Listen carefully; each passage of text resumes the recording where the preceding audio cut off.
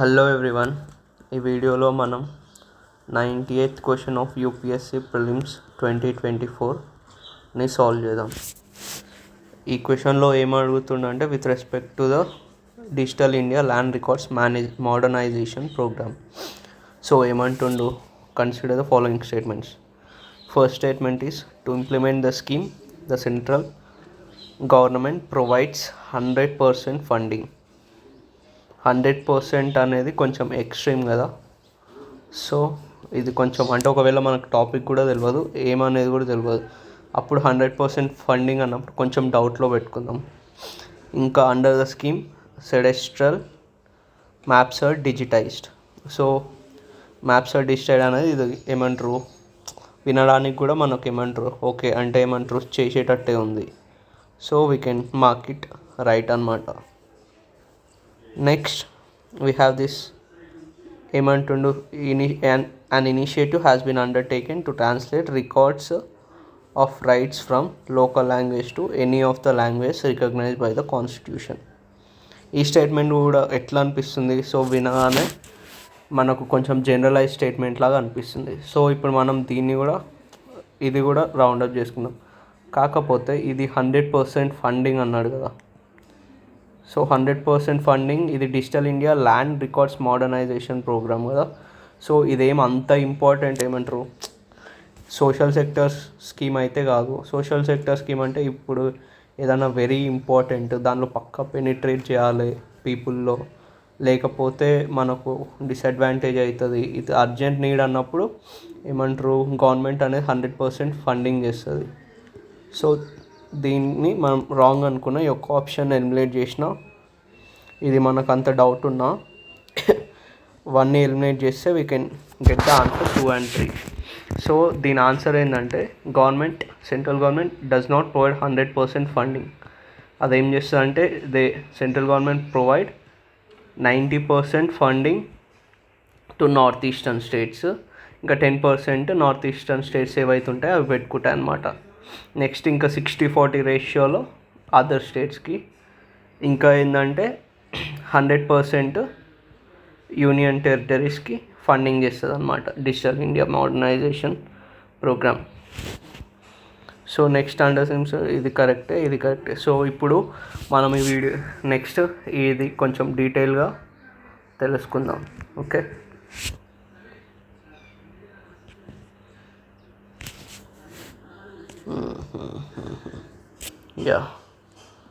So ఇప్పుడు digital India land records modernisation programme నుంచి we are connecting this topic to various topics అన్నమాట. అంటే GPS టాపిక్కి, ఇంకా ఏమంటారు డిజిటల్ ఇండియా ఇనిషియేటివ్, ఇంకా national informatics centre.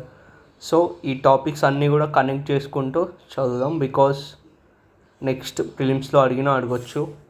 And also నేను కొన్ని క్వశ్చన్స్ చూపిస్తా ఏవైతే కింద అడుగుతున్నాడో, అంటే పాస్ట్ ఇయర్స్ క్వశ్చన్ పేపర్స్లో, అంటే ఇవే బేసిస్ పైన దీనిలో ఉన్న టాపిక్స్ పైననే. So let's get started. Just wait.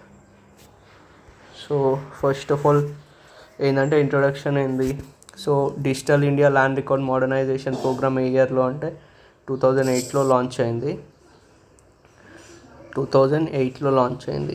ఇంకా ఒక్క నిమిషం, 2008లో లాంచ్ అయింది. ఇంకా ఇది ఒక సెంట్రల్ సెక్టర్ స్కీమ్. ఫస్ట్ ఏముండే national land records modernisation programme అని ఉండే, కాకపోతే ఏమంటారు 2016లో దీని పేరు digital India land records modernisation programme అని చేసిరు అన్నమాట. సో అదంత ఇంపార్టెంట్ కాదు. ఇది దేని అండర్లో అంటే డిజిటల్ ఇండియా ఇనిషియేటివ్ కింద, అంటే దాని అండర్లో ఈ స్కీమ్ అనేది లాంచ్ అయింది అనమాట. మెయిన్ ఆబ్జెక్టివ్ ఏంటంటే మన ల్యాండ్ రికార్డ్స్ ఉంటాయి కదా, అవి డిజిటలైజ్ చేయాలి. డిజిటలైజ్ చేయడం వల్ల ఏమవుతుందంటే మనకు ట్రేస్ చేయడానికి అన్ని ఇన్ఫర్మేషన్ అన్నీ ఒకటే దగ్గర ఉంటాయి. సో ఇంకా నెక్స్ట్ ట్రాన్స్పరెన్సీ ఇంప్రూవ్ చేయడానికి, ఇంకా ఎఫిషియన్సీ అడ్మినిస్ట్రేషన్లో ఇంప్రూవ్ చేయడానికి ఏమంటారు ఈ స్కీమ్ అనేది ఇంపార్టెంట్ అవుతుంది అనమాట. ఇంకా నెక్స్ట్ ఏంటంటే దీని ఆబ్జెక్టివ్స్ ఇంతకుముందే చదివినాం. మోడర్నైజ్ చేయాలి, ఇది ల్యాండ్ రికార్డ్స్ని మోడర్నైజ్ చేయాలి, పేపర్స్లో కాకుండా డిజిటల్గా ఉంటే మనం ఎప్పుడన్నా వీ కెన్ అంటే చూడొచ్చు దాన్ని. ఇంకేంటంటే డిజిటలైజ్ చేయడం వల్ల ఏమవుతుంది, ల్యాండ్ ఇంకా ప్రాపర్టీ డిస్ప్యూట్స్ అనేవి తగ్గిపోతాయి. ఇంకా ట్రాన్స్పరెన్సీ కూడా పెంచాలనేది ఈ స్కీమ్ యొక్క ఏమంటారు ఆబ్జెక్టివ్. ఇంకా దీనివల్ల ఏమవుతుందంటే ల్యాండ్ డిస్ప్యూట్స్ అనేది తగ్గుతుంది. ఇప్పుడు నాకు ఏదైనా ప్రాపర్టీ ఉందంటే ఆ ప్రాపర్టీ పైన నా టైటిల్ వచ్చేస్తుంది, అంటే నా పేరు వస్తుంది. సో దీనివల్ల ఫ్యూచర్లో ల్యాండ్ డిస్ప్యూట్స్ అనేవి తగ్గే అవకాశం ఉంటుంది. ఇంకా నెక్స్ట్ మెయిన్ ఫీచర్స్ ఏంటంటే సేమ్ డిజిటలైజేషన్, ఇంకా ల్యాండ్ టైటిల్స్, ఇంకొక మెయిన్ ఫీచర్స్ ఏంటంటే ల్యాండ్ రికార్డ్స్ ఇంకా ఆధార్ కార్డ్స్ రెండింటిని ఇంటిగ్రేట్ చేయడం అనమాట. Land records plus Aadhaar cards ఏమంటారు ఇంటిగ్రేట్ చేసేస్తే ఇంకా అథెంటికేట్ అయిపోతుంది. ఈ ల్యాండ్ ఎవరిది అనేది ఈజీగా మనం ఫ్యూచర్లో కూడా తెలుసుకోవచ్చు అనమాట. ఇంకా ఆన్లైన్ యాక్సెస్ ఉంటుంది, ఎవరెవరిది పేరు పైన ఏ ల్యాండ్ ఉన్నది అనేది. ఇప్పుడు పేపర్లో ఉంటే మనకి ఇబ్బంది అయిపోతుంది. నెక్స్ట్ ఇంకా single window access, development to access land records. అన్నిటికీ ఒకటే దగ్గర ల్యాండ్ రికార్డ్స్ గురించి తెలుసుకోవడానికి ఇది ఒక ఫీచర్ అనమాట. అంటే వేరే వేరే ఏమంటారు ల్యాండ్ రికార్డ్స్, ఇంకా revenue codes, property tax records అన్నీ ఒకటే దగ్గర మనము అవైల్ చేసుకోవచ్చు. అంటే వేరే వేరే దగ్గరికి పోయే అవసరం ఉండదు అనమాట. ఇది ఒక మెయిన్ ఫీచర్స్ అనమాట. ఇంకా నెక్స్ట్ ఏంటంటే దీనిలో ఏ టెక్నాలజీస్ యూజ్ చేసిండ్రు అంటే గ్లోబల్ జీపీఎస్ సిస్టమ్, ఇంకా టోటల్ స్టేషన్ సిస్టమ్, ఇంకా జియోగ్రఫికల్ ఇన్ఫర్మేషన్ సిస్టమ్ అనేవి యూజ్ చేసిండ్రు అనమాట దీనిలో ఈ టెక్నాలజీ. ఇంకోటి దీనివల్ల మెయిన్ ఏంటంటే అక్యురేట్ మెజర్మెంట్తోన ల్యాండ్ అనేది ఏమంటారు ల్యాండ్ బౌండరీస్ అనేవి ఉంటాయన్నమాట. వితౌట్ ఎనీ డిస్ప్యూట్, అంటే తర్వాత డిస్ప్యూట్స్కి ఏమీ స్కోప్ ఇవ్వకుండా. The main thing next time అన్నది అంటే మ్యాచ్ ద ఫాలోయింగ్ లాగా కూడా ఇవ్వచ్చు. ఏమని ఇవ్వచ్చు అంటే ఇది ఏ సెక్టర్ స్కీమ్ అంటే ఎవరు ఇంప్లిమెంట్ చేస్తాడు, state governments or union territories administration. కాకపోతే దీన్ని లాంచ్ చేసింది ఎవరంటే central sector.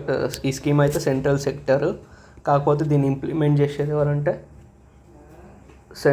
State government or union territories అన్నమాట.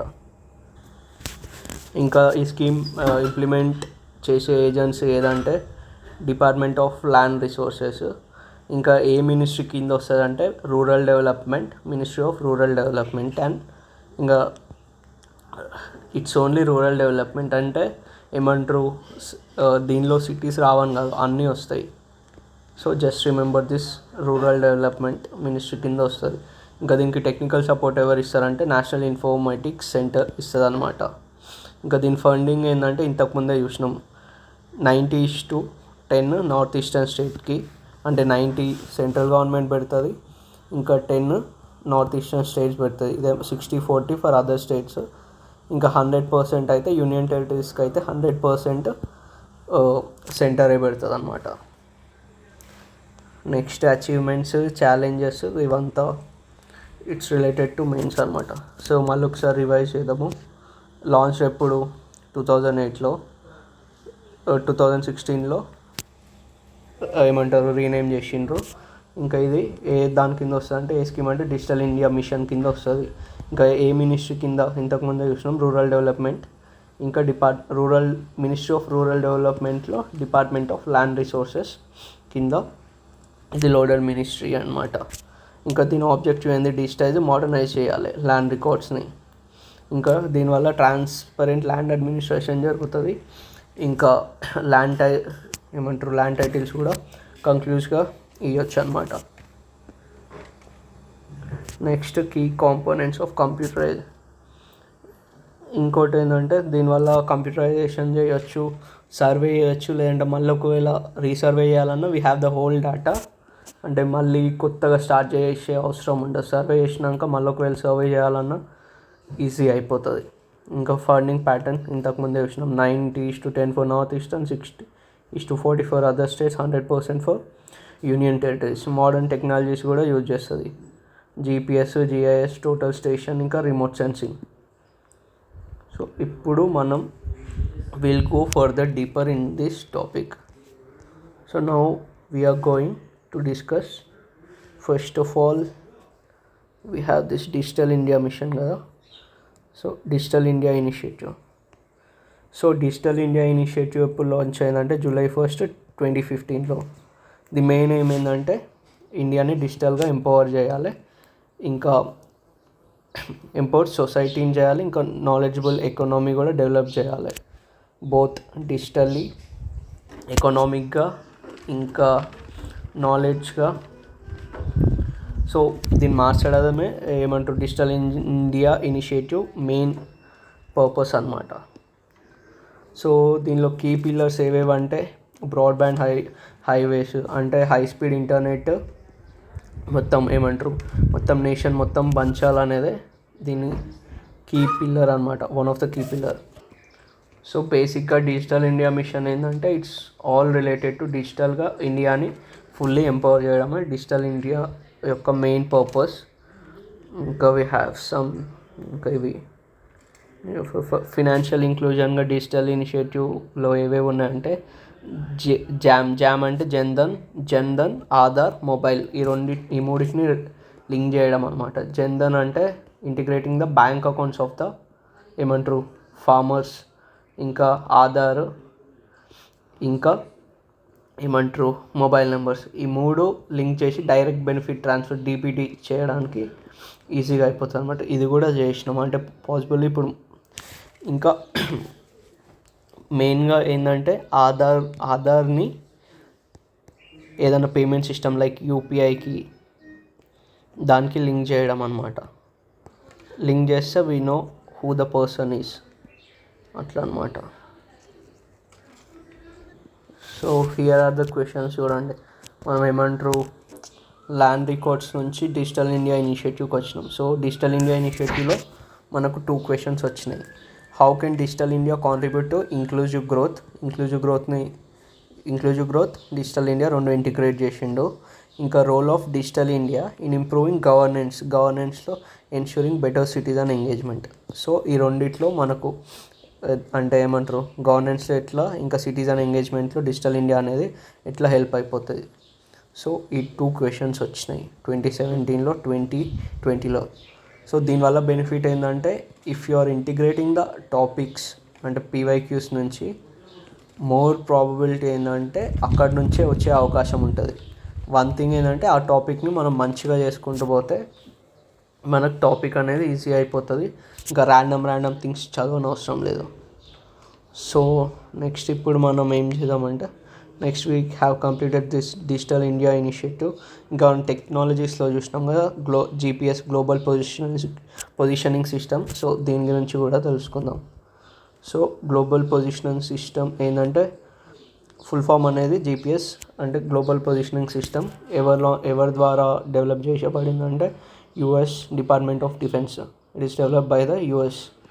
ఇంకా ఏ ఇయర్లో లాంచ్ అయిందంటే 1978లో. కాకపోతే ఎప్పుడు ఫుల్లీ ఆపరేషనల్ 1995లో ఫుల్లీ ఆపరేషనల్ అయిందనమాట. జీపీఎస్ అనేది శాటిలైట్ బేస్డ్ నావిగేషన్ సిస్టమ్. దీని మెయిన్ ఆబ్జెక్టివ్ ఏంటంటే మన ప్రిసైజ్ లొకేషన్ కనుక్కోవడమే ఏమంటారు ఈ జీపీఎస్ యొక్క మెయిన్ ఆబ్జెక్టివ్, ఇంకా మెయిన్ ఎయిమ్ అనమాట. నెక్స్ట్ జీపీఎస్లో కాంపోనెంట్స్ ఏంటంటే ఇది కాన్స్టలేషన్ అంటే ఇప్పుడు మనం స్టార్స్ చూస్తాం కదా, స్టార్స్ చూసినప్పుడు ఒక డిజైన్ వస్తుంది కదా, ఆ డిజైనే కాన్స్టలేషన్ అంటారనమాట. సో జీపీఎస్లో 24 to 32 శాటిలైట్స్ ఉంటాయి అనమాట. ఏ ఆర్బిట్లో ఉంటుందంటే medium earth orbit, MEO, medium earth orbit. So medium earth orbit కూడా వస్తుంది, ఇట్లా చూద్దాం. సో మీడియం ఎర్త్ ఆర్బిట్ ఎప్పుడు అంటారంటే ఎర్త్ నుంచి 2000 కిలోమీటర్స్ టు 35,786 కిలోమీటర్స్ మధ్యలో ఉంటే ఏమంటారు మీడియం ఎర్త్ ఆర్బిట్ అంటారు అనమాట.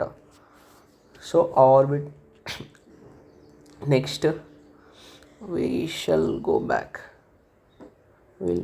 సారీ.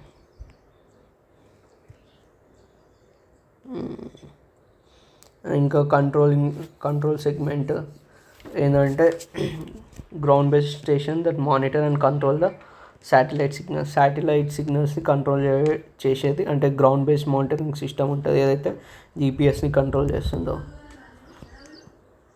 ఇంకా యూజర్ సెగ్మెంట్ ఏంటంటే జీపీఎస్ నుంచి యూజర్స్కి ఏమంటారు శాటిలైట్స్ నుంచి రిసీవర్స్ ఉన్నాయి కదా, receivers are smart phones. So దీనికి రిసీవ్ అవుతుంది అనమాట ఈ శాటిలైట్ నుంచి మన మొబైల్ ఫోన్స్కి. So mobile phones are the receivers. అసలు జీపీఎస్ ఎట్లా వర్క్ అవుతుంది అంటే శాటిలైట్స్ ఉంటాయి కదా, సపోజ్ శాటిలైట్స్ ఉంటుంది, ఇది ఎర్త్ అనుకోండి. సో ఇది ఏమంటారు రిసీవర్, మన మొబైల్ రిసీవర్ ఉంటుంది కదా. So the satellite will send the signal to the receiver. అది ఏమంటారు ఎట్లా ఎగ్జాక్ట్ పొజిషన్ ఎట్లా క్యాలిక్యులేట్ చేస్తుంది అంటే ఈ టైం అంటే ఈ శాటిలైట్ నుంచి ఈ రిసీవర్కి వచ్చే టైంని క్యాలిక్యులేట్ చేసి ఎంత టైం తీసుకుంది అక్కడి నుంచి ఇక్కడి వరకు ట్రావెల్ చేయడానికి, ఆ టైం ట్రావెల్ని క్యాలిక్యులేట్ చేసి సో దాని ద్వారా మనకు ఎగ్జాక్ట్ లొకేషన్ ఇస్తుంది అన్నమాట. సో ఇంకోటి దీనిలో మెయిన్ థింగ్ ఏంటంటే ట్రయాంగులేషన్ అన్నమాట. ట్రయాంగులేషన్ అంటే లాటిట్యూడ్ బేస్ పైన, లాంగిట్యూడ్ బేస్ పైన, లాంగిట్యూడ్ అండ్ ఆల్టిట్యూడ్, దీని బేసిస్ పైన మనకు సిగ్నల్ ఏమంటారు ఎగ్జాక్ట్ లొకేషన్ అనేది శాటిలైట్స్ ఆర్ జీపీఎస్ ఇస్తుంది అనమాట. ఇంకా ఇంకోటి ఏంటంటే దీనికి మినిమం 4 శాటిలైట్స్ అనేవి నెససరీ. 4 శాటిలైట్స్ అనేవి రిసీవర్కి సిగ్నల్ పంపుతుంది. సో ఈ 4 శాటిలైట్స్ బేసిస్ పైన ఆ లొకేషన్ ఏదో ఏమంటారు ఎగ్జాక్ట్గా చెప్తుంది అనమాట. సో అప్లికేషన్ ఏంది, నావిగేషను, ఏమంటారు వెహికల్స్ షిప్స్ ఎట్లా పోవాలనేది నావిగేషన్ చేయొచ్చు, మ్యాపింగ్, ఇంకా మిలిటరీ పర్పస్లో, ఇంకా డిజాస్టర్ మేనేజ్మెంట్, ఇంకా agriculture uses. So these are the things. Accuracy ఏంటంటే 5 to 10 meters is accuracy for the civilian యూస్కి 5 to 10 meters అక్యురసీ ఉంటుంది అనమాట. Up to 5 to 10 meters accuracy. Next ఇంకా లిమిటేషన్స్ వి హ్యావ్. ఇంకోటి ఏంటంటే we have Indian alternative to జీపీఎస్కి Indian alternative ఏంటంటే నావిక్ అంటే నావిగేషన్ విత్ ఇండియన్ కన్స్టిలేషన్. ఇది ఎవరి ద్వారా డెవలప్ చేయబడిందంటే it is developed by the ISRO.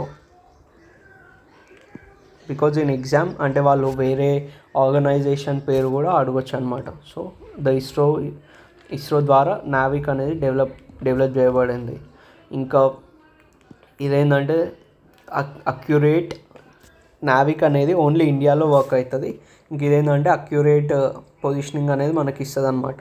కాకపోతే దీని లిమిటేషన్ ఏంటంటే ఇండియాకి సరౌండింగ్ అప్ టు 1500 kilometers వరకే ఇది వర్క్ చేస్తుంది అనమాట నావిక్.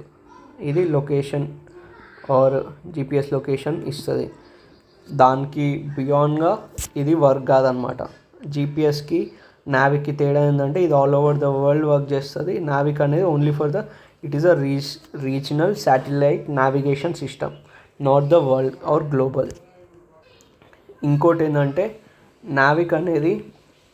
నావిక్లో 7 ఉంటాయి, 7 satellites. Just wait.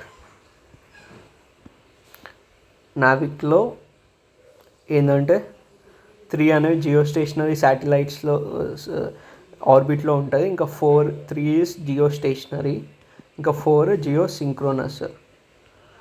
So geostationary అంటే ఏంటంటే ఇప్పుడు మనం ఏదైనా ఆబ్జెక్ట్ అంటే జియో స్టేషనరీ ఆర్బిట్లో పోయిందంటే ఇప్పుడు ఈక్వేటర్ పైన ఉందనుకోండి. సో మన పర్స్పెక్టివ్లో దాని లొకేషన్ అనేది చేంజ్ కాదు, మనం ఎప్పుడు చూసినా అది అక్కడనే ఉంటుంది అనమాట. సో అది జియో స్టేషనరీ. జియో సింక్రోనస్ అంటే ఆర్బిట్లో ఉంటుంది, కాకపోతే అది అక్కడనే ఉంటుంది. అంటే ఇప్పుడు మనం చూసినప్పుడు ఒక్క దగ్గరనే స్టేబుల్ అంటే ఇప్పుడు ఉంటుంది, కాకపోతే నెక్స్ట్ సారి అక్కడనే ఉండని అవసరం లేదనమాట. సో ఇంతకుముందు మనం జీపీఎస్ నావిగేషన్ చూస్తున్నాం కదా, అంటే దానికి దీనికి తేడా. సో జీపీఎస్కి నావిక్ ఇంకోటి తేడా ఏంటంటే it uses middle earth orbit, కాకపోతే నావిక్ అనేది జియో సింక్రనస్ ఇంకా జియో స్టేషనరీ ఆర్బిట్స్ మాత్రమే యూజ్ చేస్తుంది. And also India need to try the ఏమంటారు మీడియం ఎర్త్ ఆర్బిట్ కూడా ఎక్స్ప్లోర్ చేయాలి ఇంకా.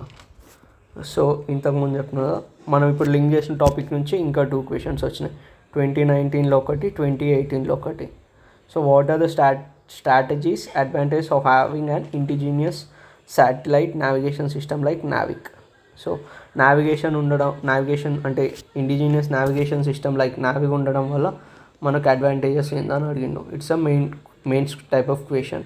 ఇంకా applications of GPS technology in disaster management. So 2018లో వచ్చింది మనకు, 2019లో కూడా సేమ్ థీమ్ నుంచి అడిగిండు. ఏది నావిగేషన్ థీమ్ నుంచి. ఇప్పుడు మనకు ఫ్యూచర్లో కూడా రావచ్చు అనమాట. సో అందుకే PYQs are must to do. So ఒక్కసారి బ్యాక్ పోదాం. Also here we have national informatics centre. National informatics centre ఏ ఇయర్లో ఎస్టాబ్లిష్ చేయబడిందంటే it is established in the year 1976.